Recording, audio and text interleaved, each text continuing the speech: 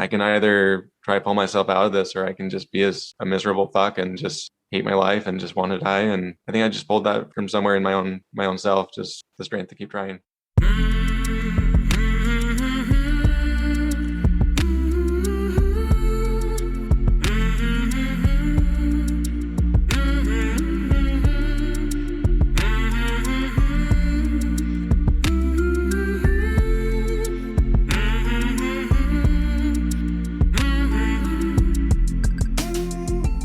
Hey there, my name is Sean, and this is Suicide Noted.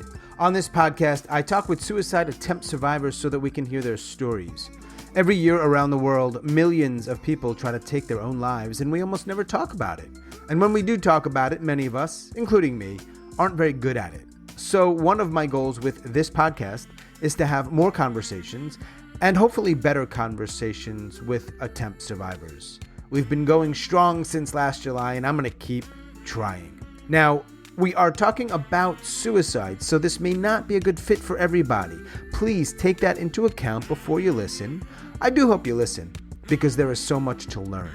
If you are a suicide attempt survivor and you'd like to share your story, I'd love to talk. Please reach out. hello@suicidenoted.com or on Facebook or Twitter @suicidenoted. As always, I want to thank all of our suicide attempt survivors who have joined me on this podcast to share their stories so openly and courageously, and from everybody around the world who has supported this podcast by listening and letting other people know about it. Whatever you've been doing to help us out, we really appreciate it. So thank you. Now, I know you've heard me say this a lot, but if you'd like to help us out even more, and you listen on Apple Podcasts, rate, review, and subscribe, or one of those, and maybe do that right now. It helps people find this podcast. And I do believe there are a lot of people that would benefit from hearing these stories from these survivors. Today, I am talking with Scott. Scott lives in Oregon, and he is a suicide attempt survivor.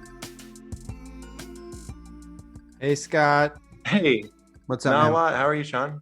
I'm doing all right, I was just editing another episode and I realized this week's 1 year. Seriously? I made it a year, man. It's What been do a you think hustle. of that? Are you getting tired of it, or is it? I could not be Yeah? prouder.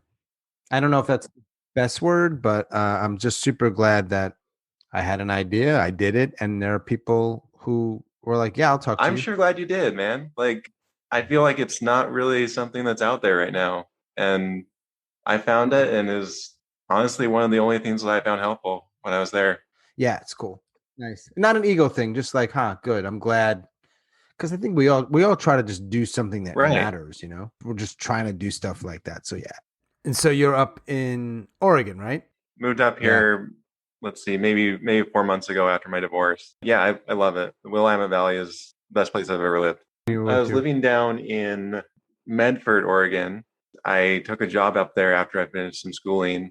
2 weeks after I moved there with my wife, a wildfire just plowed through the town and just wiped out everything. So, I was living in an RV out there for probably 3 or 4 months, and then I was just like, nah, I'm tired of this. Gonna go back to where I like being. So it's been Wow. 2020 was a weird year. So why do you listen to the podcast?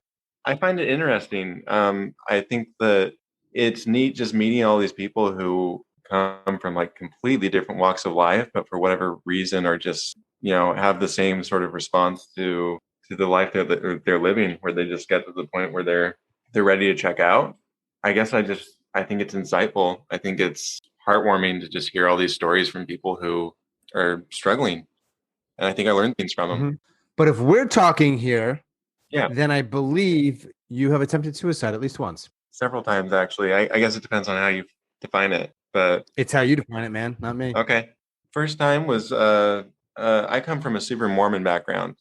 So the first time I ever tried to do it was when I was serving an LDS mission in the Czech Republic. It's a little hard to describe in brevity the situation that I was in, but I just felt extremely trapped. I felt like I was living in hell and there was nowhere to go. I couldn't go home because the people around me, my friends and family, I felt like I was basically dead to them if I did that. If I made the decision to just leave the church and decide that wasn't for me and I didn't want to do that, the life I was living was just, I didn't want to do it. I didn't want to tell people to do things they didn't want to do. Everybody there hated me.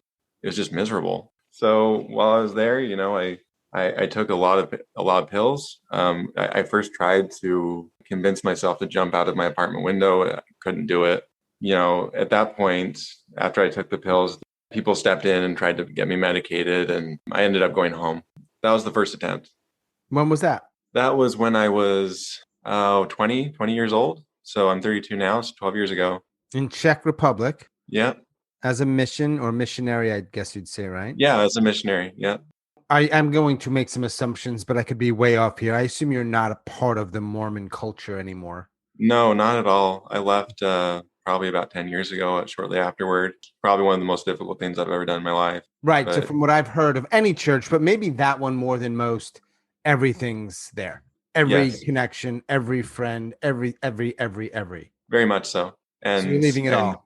Not to they be don't overly let- dramatic here, but if anything, it's impossible to summarize, like you said, what the actual experience was. It sounds like when you're leaving, it's just kind of a death. I don't know if that's a weird way to put it. It feels like that to me from hearing it.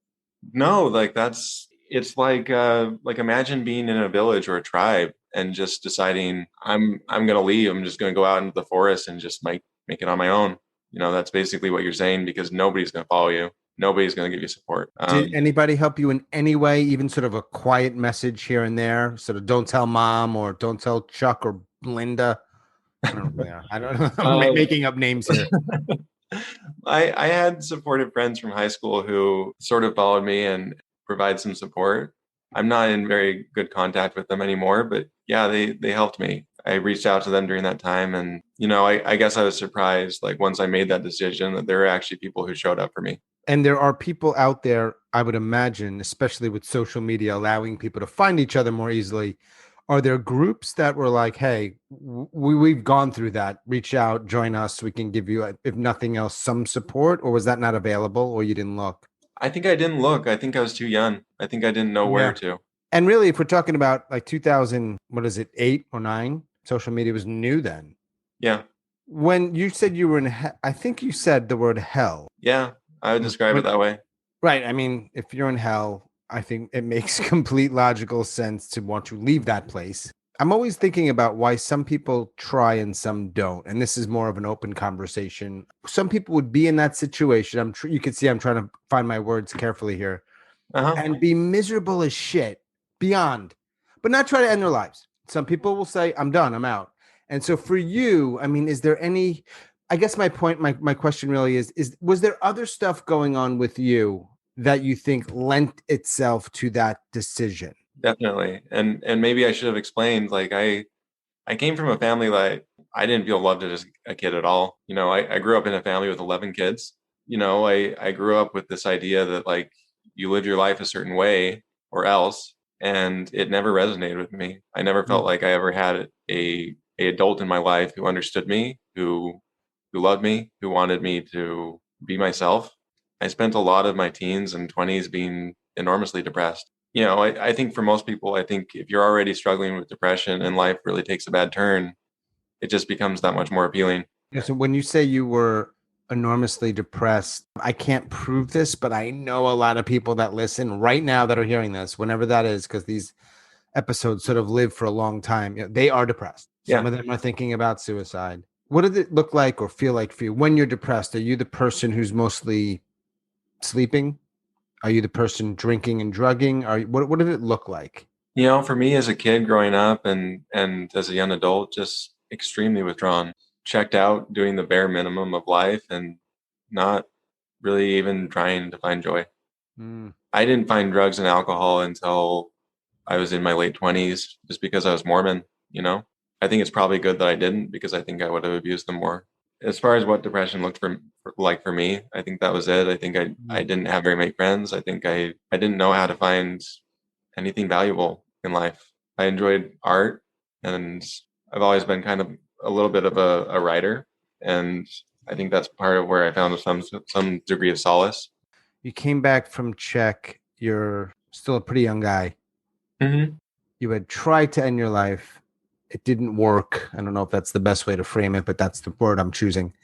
Yeah. You come back. What happens then? Do you go back to the Mormon life for a little while? What do you do? I did, like an idiot. I had this girl who loved me a lot, and for her it was a non-negotiable. In retrospect, it was insane, but I made it work for her. We got married in the LDS temple, and maybe a year or two after we had been married, I think we both decided like, no, like this is a cult. This brings more pain than it brings joy, and we both left together. Oh, wow. Okay. So if you left together, did you stay together? We did for about 10 years. It ended back in December last year, COVID. Was COVID part of the problem or the reason? I think my depression was probably the biggest problem. COVID didn't help, definitely. My wife started working from home and I think had fewer social outlets besides me, and I was fucking miserable. It's Mhm. just I love her still. I care about her and I want her to be happy, but I think I wasn't somebody who someone would want to live with, really. It hurts to say that, but yeah, I think so. Mm. I think I was in a lot of pain and it was easy to lash out. I think I just wasn't very kind. It's interesting to hear that because you have a sort of kind energy. Now that might sound corny. That's nice of you to say, Sean. Yeah, and you might be I a total prick, Scott. I don't know. I mean, I'm not. I do a podcast where I give and give, and I can be a total asshole. So this is what we do in life, right?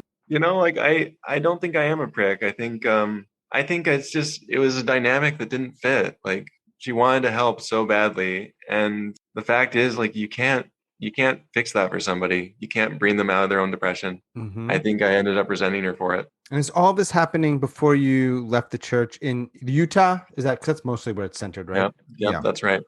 And you guys went out west, more west. That was part of it. I was just like sick of Utah, just sick of it. I think it was 2018. I quit my job and we're just like, no, like tired of waiting. Gonna try something else in life. We came out here without jobs and it was kind of a struggle, but I'm glad I did it. It's hard, but I'm glad I did it. I can't imagine that kind of change, but I'm glad you had somebody to do it with. I am too. Yeah. And I owe a lot to her. She helped me a lot. How many people in the world know about your first attempt? To be honest, like probably my ex-wife. She knows. Maybe a few of my close friends. I think that there are people who know that I was enormously depressed while I was out there. I think there's not as many who really realize like, yeah, like I was actually actively trying to kill myself. Right. That's not the same as being depressed. Yeah. When you tried, how did you get out of that moment? Did somebody find you? Did you get some help? What happened? It just kind of showed up in a weird way. I don't know if you know much about missions, but you have these people called companions, partners who you live with, who follow you around and basically are your buddies for the whole time that you're there doing whatever you're doing. I moved from a city called Brno in the Czech Republic to a city called Liberec. I met this guy. It was this German companion who was just my best friend, like just like the kindest person I've ever met. He didn't care why I was there, what I was going with. He just wanted to be my friend. I don't know. It just like when I think about it now, it's like goddamn, like I haven't talked to him in years, but like one of the kindest people I've ever met. And was he there the night you tried? He was there a week after when they started changing things and trying to intervene and giving me meds and talking to a mission psychiatrist and trying to make sure that I stayed there. He was my advocate. Yeah. It is so interesting, right? This person comes in your life and years later you're thinking about it and you're like, damn, that dude was just a really kind human being. And you don't talk to him anymore, right? You know what I mean? No, I don't. He's in Germany somewhere. He's married, has kids, and I think as far as I know, he's still in the church. It's insane how that happens sometimes. Just people show up in your life when you need them the most. Mm-hmm. When you're 20 years old and you try, it doesn't work the way you intended. How do you feel? You remember? I know it's going back some time because I always wonder, there might be some myths around or BS around, look, when people want to die, sometimes when they don't die, they're not thrilled about it. It's so, do you remember how you felt? Yeah, it's rough. I mean, it's been a while. It's been a while since I recall it, but like I just angry, just frustrated, just like I can't even end this. I can't even check out. Mm-hmm. And I felt that way the same way actually this back in February when I tried again, just defeated, like a failure, I guess. Like this is such a simple thing. Like that was February of 2021. Yeah. Was that Yeah. attempt number 2? It depends on how you want to define it. If you want to call this an attempt or not. I was determined. I went to a gun shop and I intended to just buy it and load it and shoot myself in the parking lot. The only reason I wasn't able to complete the purchase was just the address on my license wasn't current because I'd been hopping around from place to place after this wildfire. So I couldn't get it. I remember standing outside of the gun shop just looking at my feet and being like, what do I do? What do I do now? I go to work? Do I try to find some other way? Like, So if not for an incorrect address, do you think you'd be dead right now? it's hard to say, you know? It's hard to say if I was looking down that gun barrel, if I had actually been able to get that far in my car just sitting there, if I had been able to have the strength to do it. Mm-hmm. I knew I wanted to. I knew I had made my mind up to do it. Let me ask you a question that I'm not supposed to ask, but I'm going to. Hmm. Do you have any? This is super broad and super difficult, I'm sure. Why? Why did you want to die? I just lost my wife. I had just lost my home. It was the worst year of my life. I had just spent 2 weeks in a behavioral health unit. I was completely alone. I didn't want to keep living. I Hmm. didn't feel like there was anything that I wanted to do besides die. So you would ruminate in that you ideate, excuse me, ideate. You would think about it often. Every day, all day. Yeah. Which, when you're doing that, I would imagine it's kind of inevitable. Really, Yeah. especially if you're kind of solo, you're writing this thing out mostly alone. Where is that going to lead, right? What did you end up doing that day after you didn't get the gun? I mean, you had said something about what should I do? Like you did something. Yeah, I'm trying to recall it. I think I just sat in my car for a while. I was homeless at the time and just I looked at my phone and tried to figure out like what's next? Like what are some other options? None of them are as easy. None of them are. No. I think I went to work. What kind of work do you do now? I work in a medical laboratory. I've done a lot of COVID testing the last year, but it's all microbiology. That's the department. Again, I want to ask, just because of the sort of understandable secrecy around these things, does anybody know about that day in February? Now, other than me right now, obviously. My sister knows. I think there's a few people, Hmm. just a handful. To be honest, I feel like a lot of people don't even really want to hear it. I agree. I mean, I do. But let's just Yeah. not bullshit each other, right? Like most Yeah. people don't do that. You shouldn't do that. You know, you hear it, right? You don't need to be a genius to hear what people are saying, what they want to hear and what they don't want to hear. Yeah. Want to hear that shit? I do. I mean, I'm the weirdo. I don't know. No, I think you're sympathetic, good-hearted guy. You had said that you were in a something. I don't remember the exact words you used for 2 weeks. Some sort of facility. It was the hospital. They called it the behavioral health unit. So did you Um, check yourself in there?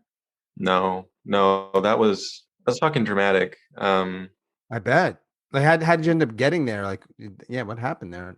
My life just started falling apart, just unraveling in January. I was trying to move because I didn't want to be in a trailer anymore. And my wife, in the process of like me getting this job and planning on moving, was just like, no, I'm not coming.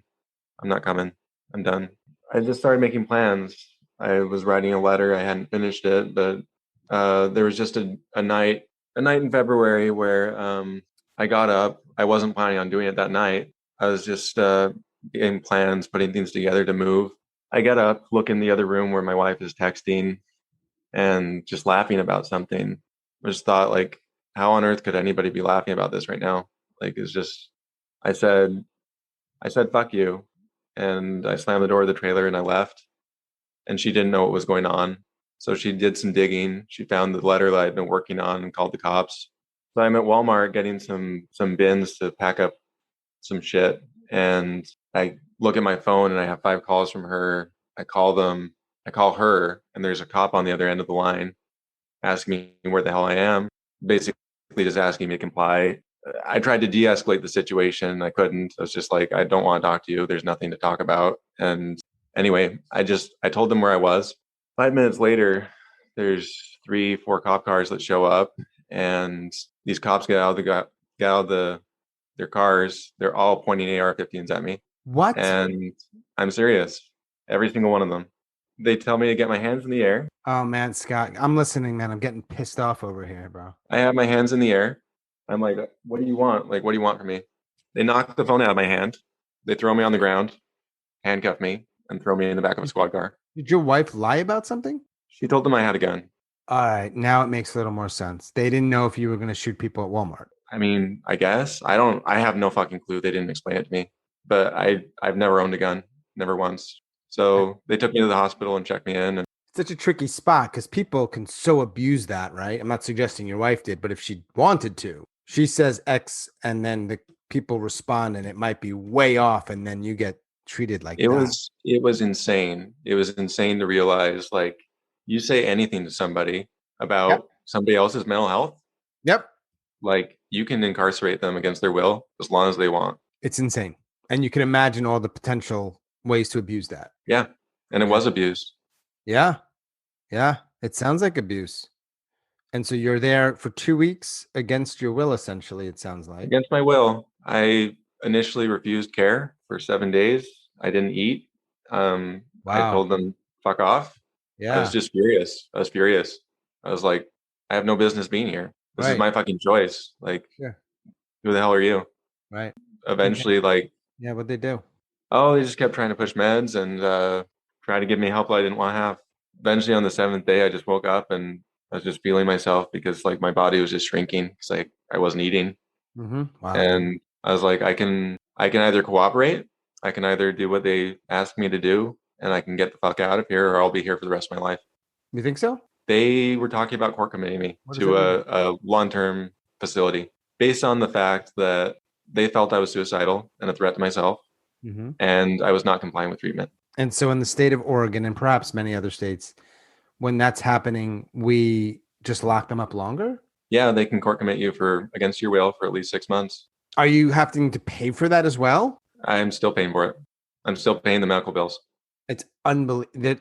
All right. I appreciate the sympathy. It was infuriating then. It's still something that it upsets me, but Yeah. Oh my God. Yeah, sure. No need to like throw fuel on a fire, but no, it's fine. so February sucked, it sounded like. It was the worst year of my life, or worst month of my life out of the worst year of my life. Yeah. And you were homeless just after that as well. Yeah, because I had made plans to move up to Eugene with my wife. I didn't have my phone. They wouldn't let me call anyone. I lost my job. They do everything they do with and all the effects of it, money, job. It can only make someone's mental health much worse. There's only one thing it could do. I feel like you guys are making everything worse. Everything. And it's just you're a threat to yourself. You're not safe. We're gonna keep you safe until we think you aren't. That's what they say. Right. And then when you get out, you're totally fucked. Yes, it was worse than before. It was in every way worse than before. I got to look at some research on this if it's out there about these sort of short to medium long stays or maybe longer in these facilities and in people's lives after, because I just rarely hear good things. I don't know. Maybe I'm just asking those kinds of questions. Well, I think it's one thing if somebody checks into the hospital and says, "I really want help," but when you take somebody who is not compliant, who doesn't want it, like it's just hurting them. Yeah. I But think then you just all the stuff around it with money and work and isolating people. It doesn't make sense. So what's going on now? So you get out, you're still alive, you're here, it's July. yeah, I yeah. know that something happened where at least you didn't die. What was going on for the rest of 2021? For the rest of 2021, so after the gun failed, the next best option was hanging, I could think of. And to be honest, it's not appealing. What was the word you just used? The best next best. Hanging with the noose. Like that was what I could figure out. And I was like, this is so much worse. This is so much harder. You have to find some place to put it. You have to find a place where you have that kind of seclusion. You have to wonder, is it going to work, or is this just going to give me severe brain damage? Like I had the rope in my car and just couldn't make it happen. Anyway, there was just I think things just slowly got better. I eventually found an apartment. That was a huge thing for me. Like just not being homeless anymore just made things so much better. I think it was kind of just like the same sort of epiphany that I think I had in the hospital, where it's just like, I can either try to pull myself out of this, or I can just be as a miserable fuck and just hate my life and just want to die. And I think I just pulled that out from somewhere in my own self, just the strength to keep trying. I started talking to a psychiatrist, and I have a therapist right now. I don't really like meds, but I think the therapy has been helpful. Mm-hmm. No meds? Not right now, to be honest. Like I hope this is okay to say, Sean, but like I started growing my my own mushrooms, like psychedelics in my apartment.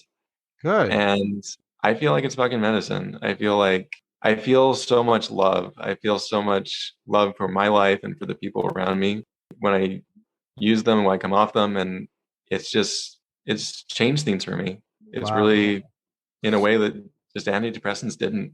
I mean, come on, man. I don't know for sure, but I've done them some in my life. It's kind of a no-brainer. Like, yeah, you feel, I mean, makes sense. Makes Yeah, sense. No, of shouldn't be course it's illegal. okay to, it's one of the things for better or worse, but for me, it feels like it's better that you can say whatever you want on a podcast outside of, someone giving a really specific way to end your life, right? And that's the only Yeah. thing. If you're giving an exact formula, I would not include that because it's like, all right, Mhm. yeah. But other than that, yeah, we're just if that works for you, that's great, man. Did you keep that letter? I think I have it here somewhere. I haven't looked at it in a while. I do have it. You're in Eugene. You've got an apartment. You've got at least a phone or a laptop or something because you're talking to me. I've got a phone, yeah. Have you found it work? Yeah. I'm working at another laboratory now. I don't always love it, but it's a stable job. Have you made So friends? I have. I've made a few friends. That was a big deal for me too. Back in April, I found somebody at work and told her kind of about what I was going through. She just showed up for me. We're Mm-hmm. still friends. We still talk all the time. That's part of what I mean. I think with things change in pieces, things slowly get better. Recently, I had a talk with a woman in Florida, African American, and one of the things that came up was, and this is her experience, her words. African American community for her didn't really show up. It's mental health, broadly speaking, sort of not a thing. Hmm. Don't understand it much. Not much you can do in terms of support. And when you talked about the Mormon community, I got the same sense. Is that fair? I think that's fair. Yeah. So if you're struggling, is that because you're this an issue with God or something around your faith? Look, think about your life, not really engaged, faking it, and so on. Maybe. I think Mormonism teaches some really hurtful lessons, to be honest. I think even if you believe it, I think I tried to believe it. I fucking hated myself. Really, I hated everything about me. I think I still struggle with that. it's a pretty popular religion. Yeah. I What do you mean, think is the draw? There's a small community here in North Carolina, Mhm. and they're dedicated, man. I think Mormonism offers some things that are appealing to a lot of people. They sell this idea of family that sometimes works, sometimes doesn't. I think you show up to church and I think people feel community there. Some of them. 100%. Yeah. That's maybe all I can really say. I think that looking back now, it's like it never really appealed to me. It never Yeah. felt like something I valued. Yeah. It sounds like that. Yeah. Yeah. Like wrong fit from the start for Scott. Yeah, definitely. Couldn't admit that to anyone. Yeah. And I mean, for some people, I think it would be a lifetime of trying to undo that. And they maybe never would get there. I mean, so I applaud you. It's got to be, it's so not my world. And I don't need to be in that world to at least, say, oh, wow, that must be fucking hard. It's a trip. Yeah. That's a fair way to say it, right? February 2022 will be a year. I know I'm going several months in advance here or in the future. What is the likelihood that you are alive? I feel like I'm doing okay right now. I feel like it's been bits and pieces, baby steps, but I want to try to be happy in a way that I haven't been in a long time. I'm excited about things. There's nice things about being single. You can go anywhere. You can do anything. Anything, right? For better or Um, worse, right? If you've been in a marriage, I imagine that feels liberating. Eventually, you'll be lonely yeah. as fuck like me, but it's okay. Hey, enjoy it. Yeah. So there's some nice things about that. I want to explore. I want to find people I think are cool. You Mhm. know, I don't know where I'll be in February. I think I'd like to travel, but I think right now I'm doing okay. I think Yeah. I'm on the up and up. So Is there a question that I didn't ask that you would want me to ask? no, I think no. I often ask about myths that people want to call bullshit on. I sometimes talk about or ask about a message you would have for the listeners, whoever they may be. So I'm sort of throwing out those prompts. Is there anything else you want to share with me and obviously whoever's listening in over 80 countries, by the way, just giving a little self-promotion. I'm pretty pumped about that. Wow. Congrats. Yeah, but just people need to hear it. And it goes obviously it goes beyond borders, right? Yeah. But anyway, myths, messages, whatever else, open stuff. You can go on a rant if you want. I don't think for most people, I don't think most people think, I don't feel like suicide is something that happens because somebody just suddenly feels something acute, like a heart attack, and they decide to just go off the walls and blow their brains out. I think that the people who struggle with this, the people who really get that far, they are fighting a battle every day. Yeah. We don't see that. Most of us don't see it. The battle, the struggle, the fight. Yeah. Yeah. That's what you're right. I agree 100%. And for me, one of the reasons why it upsets me is in the not seeing the struggle makes the struggle that much harder. Yes. And so it feeds on itself. You're already struggling and it ends up, and then we don't give credit. Well, I don't know if that's the right word. We don't say, hey, hey, you're going through this thing. You're ideating, for example, and boy, good for you for just getting up. You made your bed. And it sounds condescending, but I don't mean it that way. Like, no, you got up, you chose to live. I don't, if you've heard the podcast, I don't have a problem with someone choosing to end their life. That's a choice I believe people have. I hope it's not necessarily impulsive because they might, it might be a moment, but most of the time it's not. It's years of struggle. And that's a tough fight, man. That's just, I don't know. Our society gets it kind of weird. I have no problem with giving a lot of credit for people who are, hey, like training for a marathon and that's awesome and great and write a book and go coach someone. You're the man. Rah, rah, rah. Yeah. But it just seems a little backwards. Like, you don't think Scott's struggle is as admirable? Fuck you. I do. Thank you. Yeah. I like how you put that. Yeah. I really like that. Fuck you. I do. That's my tagline. Yeah, I know. I got wordy there, but I think the myth you're pointing out is spot on. Every day, all day around us, and we're not going to probably know about it. It's just that person that you see at Trader Joe's. It's going about their day, buying some food because it's just that you got to do stuff during the day, and they're thinking about it.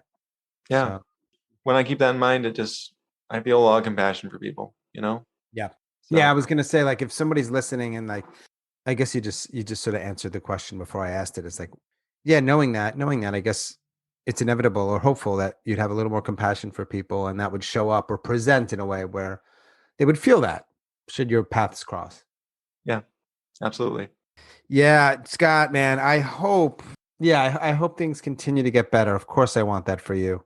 And I really do appreciate you finding the time to share and talk so openly, because I believe strongly that, very much so, and I do get some people telling me this, via email or message or whatever. Those stories help me, and now you're one of them. So thank you. Thank you. Like I've listened to this since March, and I haven't showed up until now because I felt like I didn't have a good story to say. I besides I'm fucking suicidal, Right. Yeah. But I do want people to know, like, life can get better. The way you feel right now doesn't have to be the way you feel forever. Man, like, you're doing a good thing, Sean. Like, this really helped me. I'm glad to hear that, man. Yeah. I am. And it can get better. There's no guarantees. Let's not bullshit anybody, right? But no, of course not. It can get better. It can. And so, yeah. And hey, you know what? If these podcast episodes in some way help someone a little bit, to nudge them a bit in that direction, well, shit, that's a good day for me, man. So, Same here.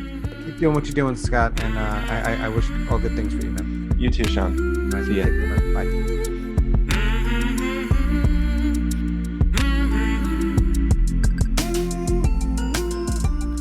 As always, thanks so much for listening and all of your support, and special thanks to Scott out in Oregon.